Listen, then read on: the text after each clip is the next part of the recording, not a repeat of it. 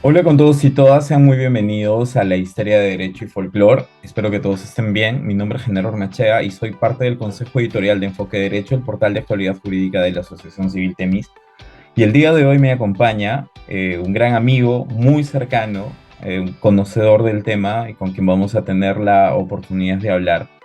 Él es José Carlos Rosas Carazas, es abogado por la Universidad Nacional San Antonio Abad del Cusco. Él es vicepresidente de la Asociación Andina de Defensa de Consumidores y Usuarios y, bueno, a la par es especialista legal del proyecto Recursos Hídricos Alto Primac del Gore Cusco.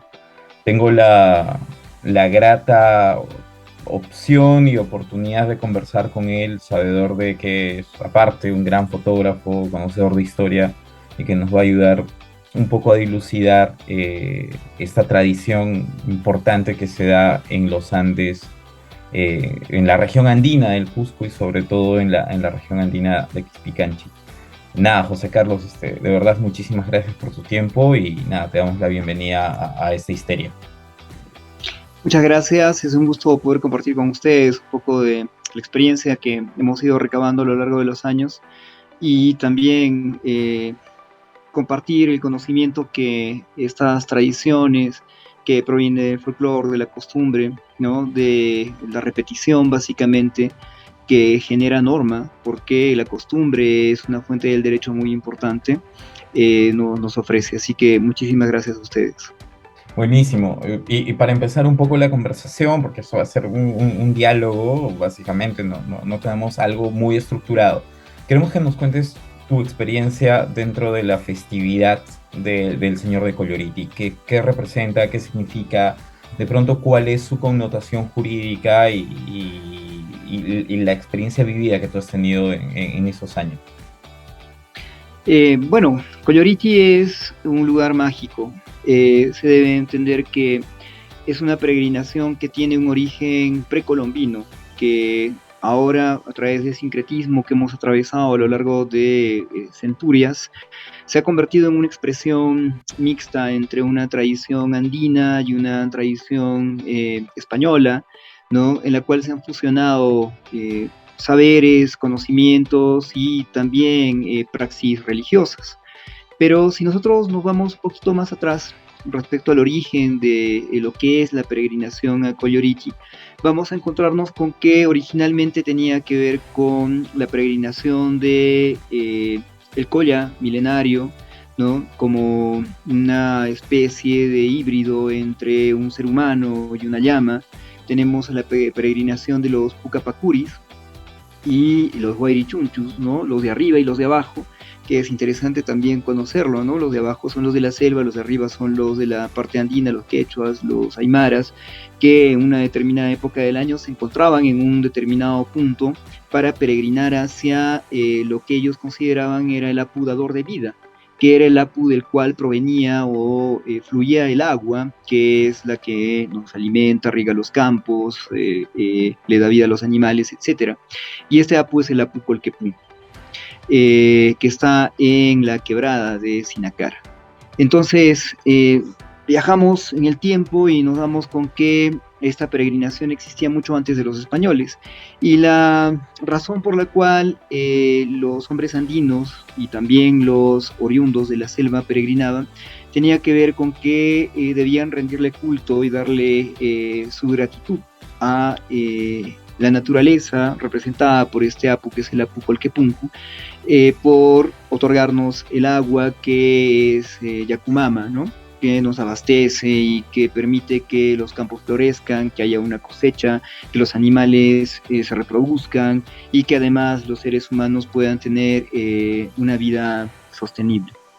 Entonces, cuando llegan los españoles, lo que hacen no solo en respecto a esta peregrinación, sino respecto a todas las expresiones culturales que existían en el ámbito de el Ande, lo que hacen es tratar de superponer una costumbre sobre otra, ¿no? Y crean una explicación mitológica respecto a que en la quebrada de Sinacara, un niño que es Marianito Maita había visto a Cristo y que lo había representado en una roca, ¿no? Que es básicamente el Yanamacho, que sería el señor de Colloriti.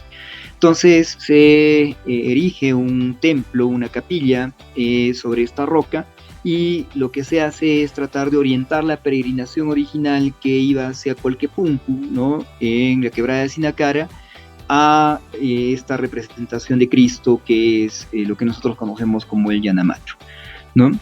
Entonces, lo que sucede es que con el paso del tiempo se van mezclando las tradiciones, y este espíritu colonial que se tenía de reemplazo de una cultura por otra no logra tener éxito, y lo que se obtiene al final es el sincretismo, ¿no? Actualmente la peregrinación mantiene esta expresión original de rendirle culto a la Apu Colquepuncu, ¿no? Es más, se rinde culto directo a el Taita Inti, que es el Padre Sol, ¿no?, en la peregrinación que se hace por Tayancani, y tenemos que se realiza la ceremonia del Inti alabado, ¿no?, que es básicamente esta muestra de gratitud hacia el Padre Sol cuando empieza a salir, ¿no?, al amanecer entre las cumbres de los Andes de Quispicaches. Entonces, tenemos que esta tradición continúa en la peregrinación hacia lo que es Colquepuncu. Todas las naciones que están conformadas por lo que conocemos como pablitos o kumaris, y también por danzas y integrantes de las diferentes zonas a las cuales pertenecen las naciones, de las que vamos a hablar posteriormente. Primero se dirigen hacia Colquepuncu, rinden culto al Apu, dador de vida que nos otorga el agua, y posteriormente bajan hacia el templo, hacia la capilla del Señor de Colloriti, que está en la quebrada de Sinacara.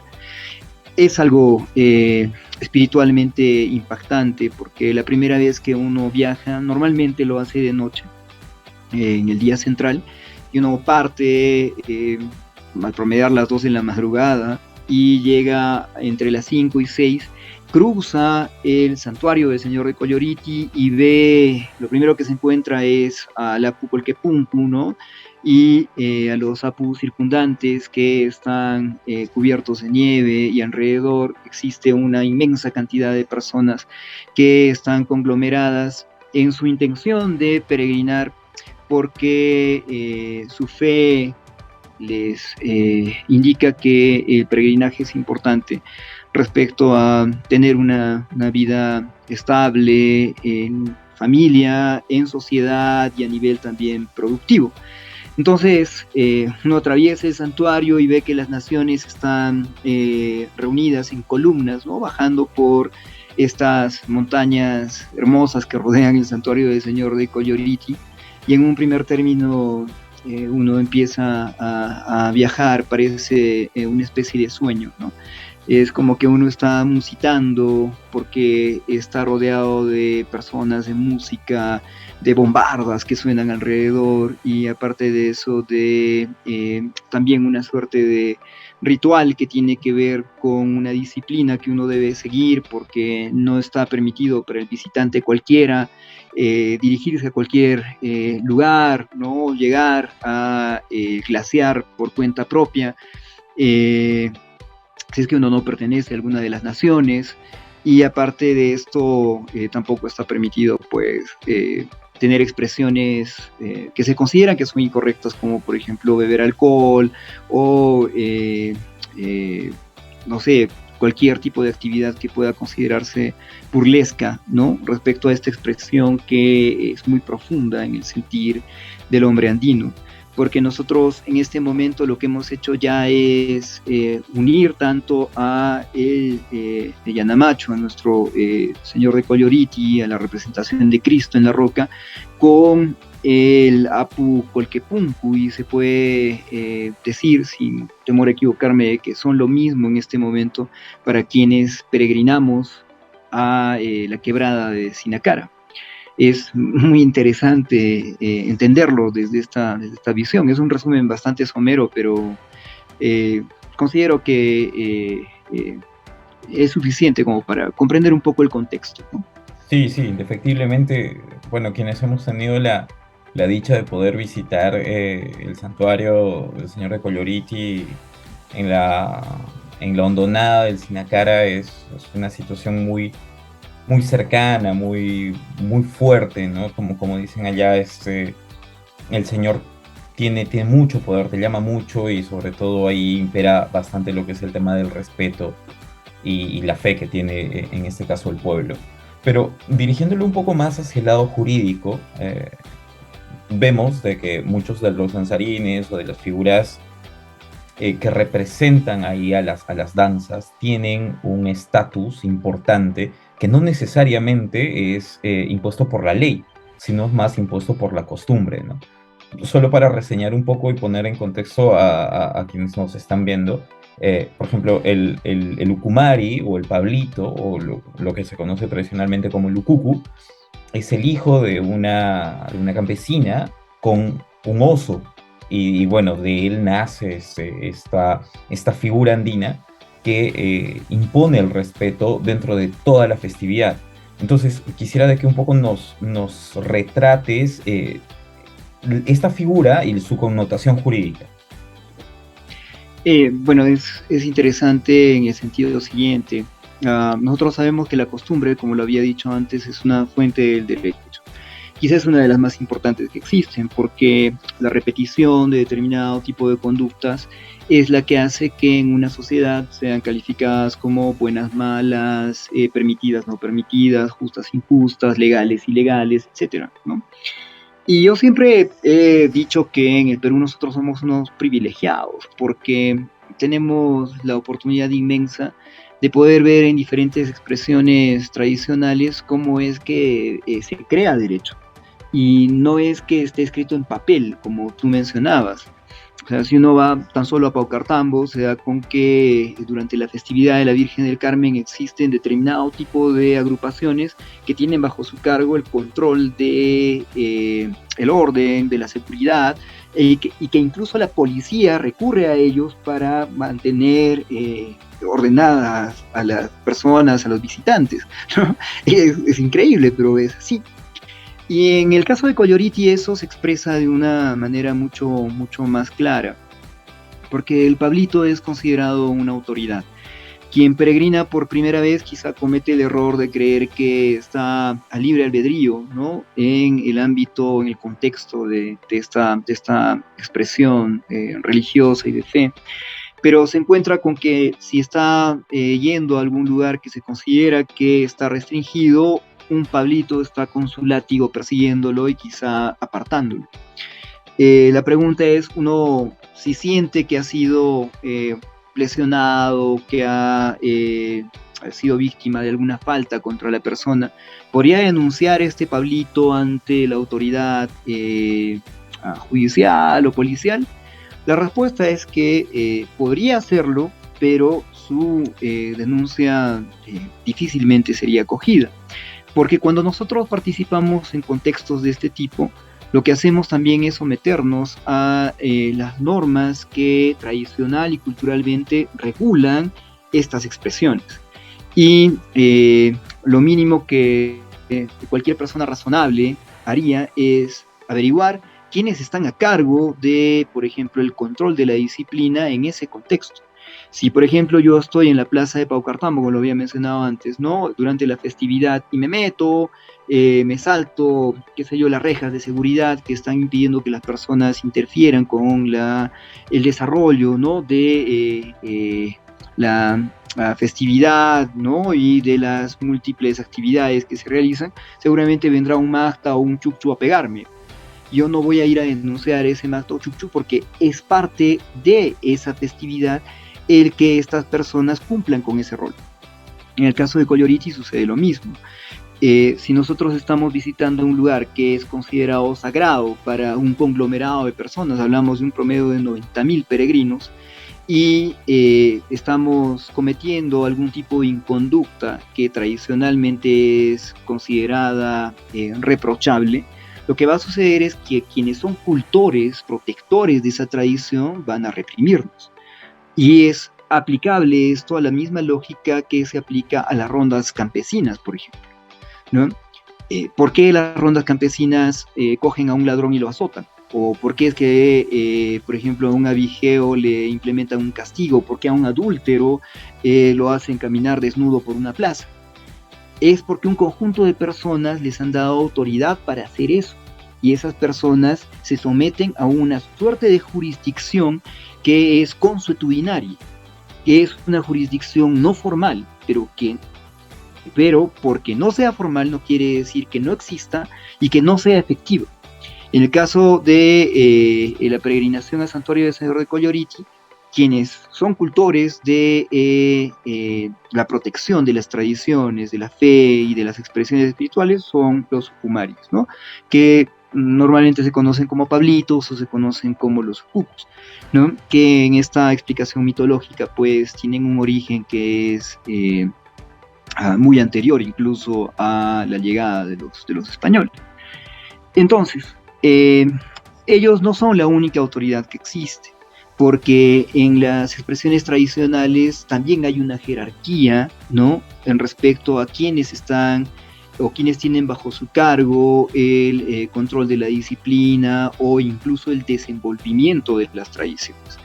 En Coyoliti nosotros lo que vemos es que están las naciones, los sucumaris tienen algún tipo de función respecto al orden y la disciplina, pero también dentro de las naciones existen otro tipo de autoridades.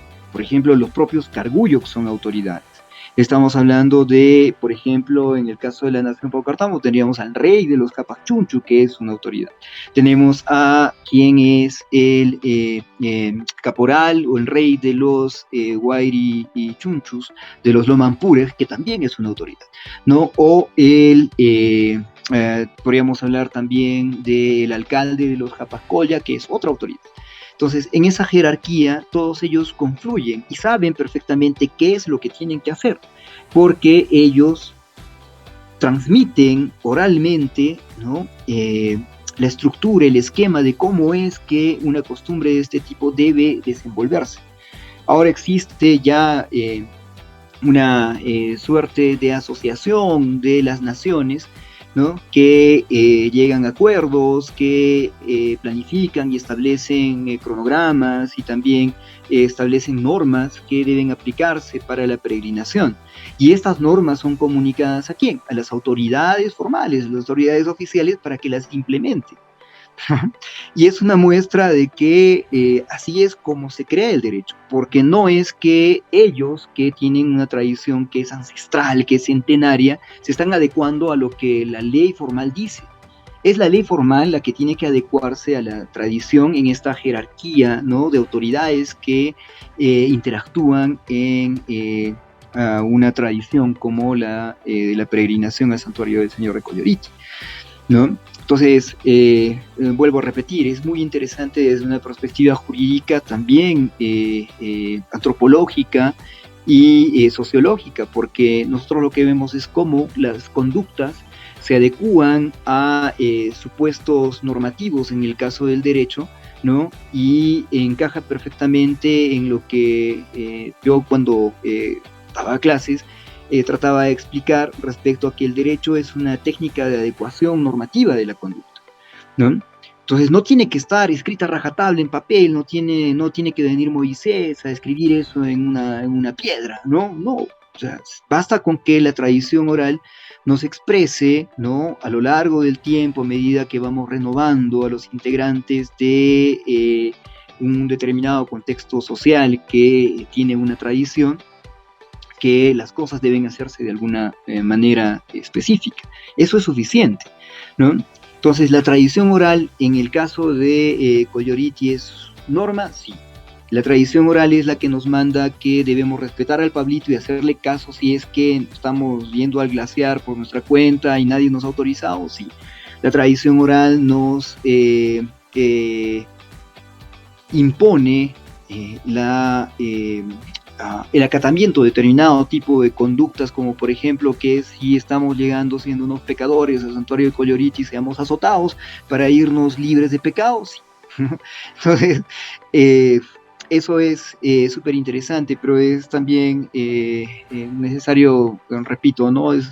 Pienso que sí vale la pena redundar, Importante entender que existe una jerarquía en la autoridad y además que existe una diversidad de roles, ¿no? En una festividad como Collioritio, por ejemplo, como la festividad de Paucartambo, quizá en Paucartambo incluso es mucho más claro, todo, cada quien sabe qué tiene que hacer, cada comparsa tiene una razón de ser y cumple un propósito en determinado momento de esa festividad, ¿no? Y nadie puede imponer un cambio arbitrariamente, porque es el colectivo el que decide cómo es que se va a llevar a cabo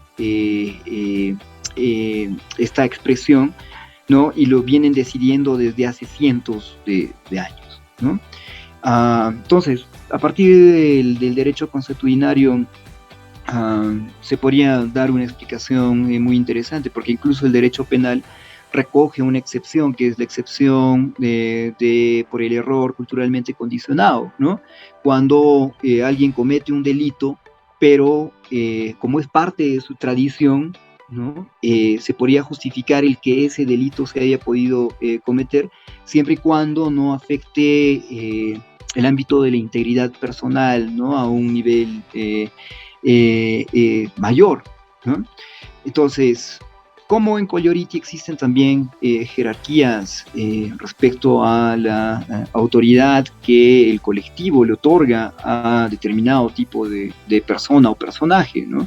Tenemos expresiones así en el Tacanacu y el Charaje, tenemos expresiones así en incluso el culto al agua, ¿no? Hace poco yo he estado en el distrito de Yusco, en la provincia de Chumbivilcas, en un lugar que se llama, curiosamente se llama España, ¿no? El origen del nombre España tiene que ver con hispana, ¿no? Que en el quechua es una denominación o una expresión vinculada al órgano genital de la mujer. Pero ¿por qué es que este lugar es importante? Porque de este lugar nace una microcuenca, y en este lugar hay un ojo de agua que es vital para la subsistencia de un conjunto muy grande de comunidades en la zona. Entonces, en este lugar se realiza un ritual que es el ritual del Unotincay, ¿no? Y todos los años estos señores van a ese ojo de agua, nadie, ninguna norma ha establecido que tienen que ir, ¿no? Van, son convocados por el teniente de la comunidad de Luto Pututo, nadie, en ninguna norma está establecido que el señor tiene que convocarlos, todos saben que le tienen que hacer caso, los comités de riego se juntan, van a este lugar, le rinden culto al agua, y aparte de eso experimentan también, porque todos los años ellos hacen una pequeña siembra en un lugar que es especial, que se supone que tiene tierra que es muy fértil, ¿no? Y al año siguiente vuelven y revisan cuál de todos los productos que habían sembrado fue el más, el que mejores resultados dio, y ese es el que durante la campaña agrícola implementan en todas las comunidades. Ningún papel dice que deben hacer eso, pero lo hacen. Ningún documento dice cómo debe llevarse a cabo esta tradición, pero oralmente ellos han transmitido durante siglos cómo es que deben rendirle culto al agua y cómo es que deben experimentar para saber qué deben cultivar cada año. Es una cosa fabulosa. ¿Tiene alguna relevancia jurídica? Sí, claro que sí, son normas consuetudinarias que están muy interiorizadas por las personas y que se transmiten oralmente casi como se transmiten los genes a través de la sangre. Entonces, podríamos negarnos a entender que efectivamente así se crea el derecho en el ámbito andino, y quizá no solo en el andino, sino en todo el mundo, por supuesto, ¿no? Ese es el valor que tiene el comprender cómo es que estas expresiones culturales se han ido produciendo y han ido existiendo a lo largo del tiempo, ¿no? A veces es hasta un poco complicado y resulta misterioso, ¿no? Ponerse a reflexionar en cómo es que han continuado perdurando pese a incluso un periodo de explotación, pero tiene que ver con lo que había dicho antes, ¿no? La tradición oral es creadora de normas que podríamos entender ahora que son el derecho que las comunidades aplican, ¿no? De acuerdo incluso a la propia autonomía que la Constitución le reconoce. Sí, sí, sí, definitivamente. Es bastante importante el análisis fino que tú le das, porque, o sea, el hecho de que tengamos de pronto el derecho como algo positivizado en sí. Por ejemplo, los estudiantes estamos tratando de marcar un poco el espacio de no solo tenerlo en el positivo, textualizado, sino hacer una interpretación mucho más fina, ¿no? Mucho más filosófica, más deontológica, más operativa, más eficiente, y no solamente quedarnos en lo que dice la norma y la figura incluso de los personajes que tú bien graficas tratan de buscar eso, ¿no? Romper el paradigma del esquema que está predeterminado, yendo un poco más allá y sobre todo buscando qué cosa es lo que en realidad quiere decir la norma y aplicándolo de una forma mucho más operativa que simplemente el análisis del texto de manera literal. Eh, para ir terminando esta entrevista, quisiera preguntarte de pronto, tú haces mucho relación de estos personajes con el tema de la naturaleza y ellos como también como parte de ser guardianes de la naturaleza. ¿Eso tiene algún trasfondo jurídico que valga la pena resaltar? De hecho que sí, tiene quizá uno muy grande. Yo, por ejemplo, ahora trabajo en un proyecto de la Gerencia de Recursos Naturales y Gestión Ambiental del Gobierno Regional del Cusco. Y este proyecto es un proyecto que busca constituir un consejo de cuenca en el ámbito del medio Alto Apurí. ¿Qué es lo que sucede? Que estos cultores, estas autoridades de protección del agua están presentes en todo el ámbito de la cuenca. Y ellos son generadores de grandes cambios y transformaciones a nivel jurídico y jurídico formal. Porque si nosotros nos ponemos a pensar nada más en cuál ha sido la evolución de la normativa respecto a los recursos hídricos, solo respecto a los recursos hídricos, nos vamos a dar con que teníamos una ley de aguas, una ley general de aguas, que todavía provenía de un proceso de reforma agraria y que fue modificada en los 90, ¿no? Pero, o sea, en el 91 ya se estaba discutiendo de que teníamos que modernizar la legislación sobre recursos hídricos, pero ¿cómo era que íbamos a hacer eso? ¿De dónde íbamos a sacar las ideas para buscar que haya una gestión integrada de los recursos hídricos en el país? ¿No? Entonces, como siempre hacemos, empezamos a mirar, qué sé yo, fuera, ¿no? A ver cómo es que regulan, no sé, en Europa, en Norteamérica, cómo regulan nuestros vecinos en Colombia, en Brasil, etcétera. ¿No? Y nos pasamos discutiendo 11 años hasta que, o incluso más, hasta que finalmente decidimos promulgar una ley que es la ley de recursos hídricos que existe actualmente, que se promulgó en el 2009. ¿No? O sea, un montón de tiempo estuvimos discutiendo. Pero si nosotros revisamos cuál es la lógica, cuál es la intención en la emisión de la nueva ley recursos hídricos, nos vamos a dar con que esta recoge mucho, ¿no? de el impacto y la importancia que tiene la gestión tradicional, cultural, costumbrista del agua en nuestras comunidades. Es decir, en cierta forma, la ley se ha adecuado, lo que había mencionado antes, a cómo es que tradicionalmente se gestiona el agua en el ámbito no solo del Andes, sino también de la selva. No solo de la selva, sino también de la costa, porque utilizamos el agua de manera muy diferente. Entonces, a nivel ambiental, por ejemplo, ¿no? Estos personajes de los que estábamos hablando son fundamentales porque ellos son generadores de derecho formal. ¿Ja? Muchos de los supuestos que recoge la Ley de Recursos Hídricos, su reglamento, los lineamientos para la conformación de los consejos de cuenca, de recursos hídricos de cuenca en el país, tienen que ver con cómo es que originalmente en la zona andina, por ejemplo, se gestionaba el agua, ¿no? A través de las cosechas de agua, a través, por ejemplo, de los comités de riego, cómo es que funcionan los comités y, aparte de eso, cómo es que estos se relacionan con las juntas de usuarios de agua, ¿no?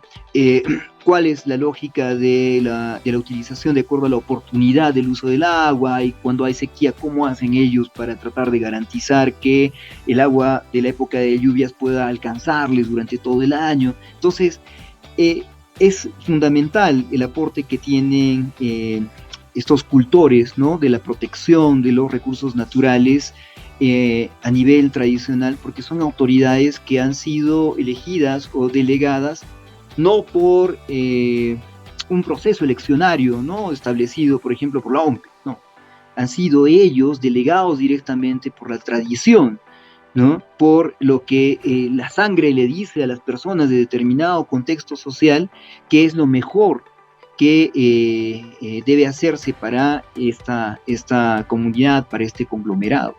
Entonces, por ejemplo, si nosotros nos vamos nada más a Chinchaypuyo, nos vamos a dar con que en la comunidad de Anansaya todavía se sigue eligiendo al más anciano como el más sabio que debe conducir los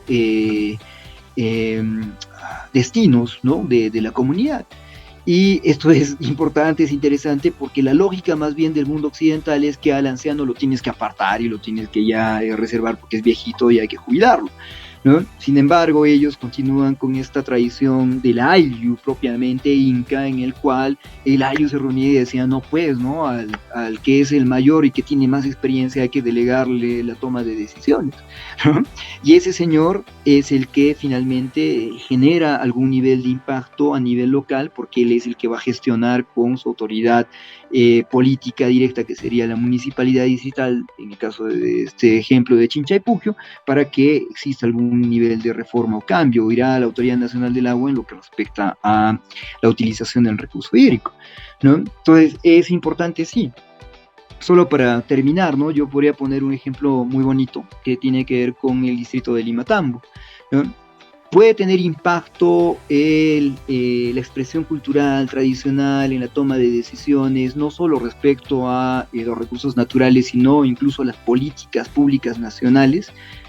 Yo les voy a demostrar que sí, porque en el distrito de Limatambo existía la tradición de que para que se implementasen determinado tipo de proyectos en este lugar, todos los, como se podría decir, los taitas, ¿no?, todos los antiguos, los representantes, los líderes comunales, debían reunirse y entre todos debían definir qué se debía hacer con la plata que tenía bajo su presupuesto el distrito.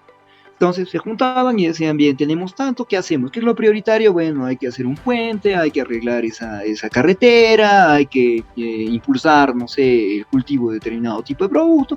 Se juntaban toditos, llegaban a un acuerdo y bueno, pues eso era lo que hacía la autoridad local. Eso con el paso del tiempo, porque yo les estoy hablando todavía de experiencias que son sesenteras, setenteras, ochenteras y muy anteriores a eso, se convirtió en lo que ahora conocemos como la ley del presupuesto participativo. Esa experiencia en un distrito tan chiquitito de la provincia de Anta, del departamento del Cusco, se convirtió en una política de Estado. ¿Okay?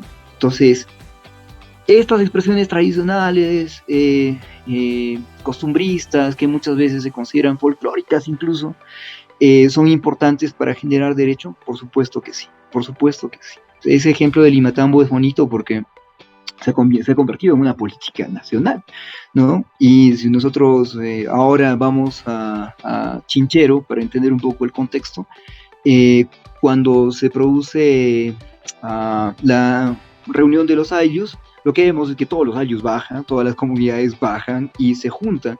Y una persona extraña podría pensar, oh, qué bonito festival, está viendo una especie de corso, ¿no?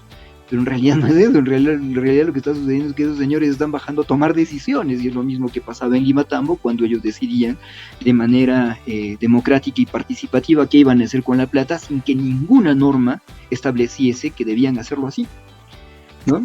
Entonces, eso es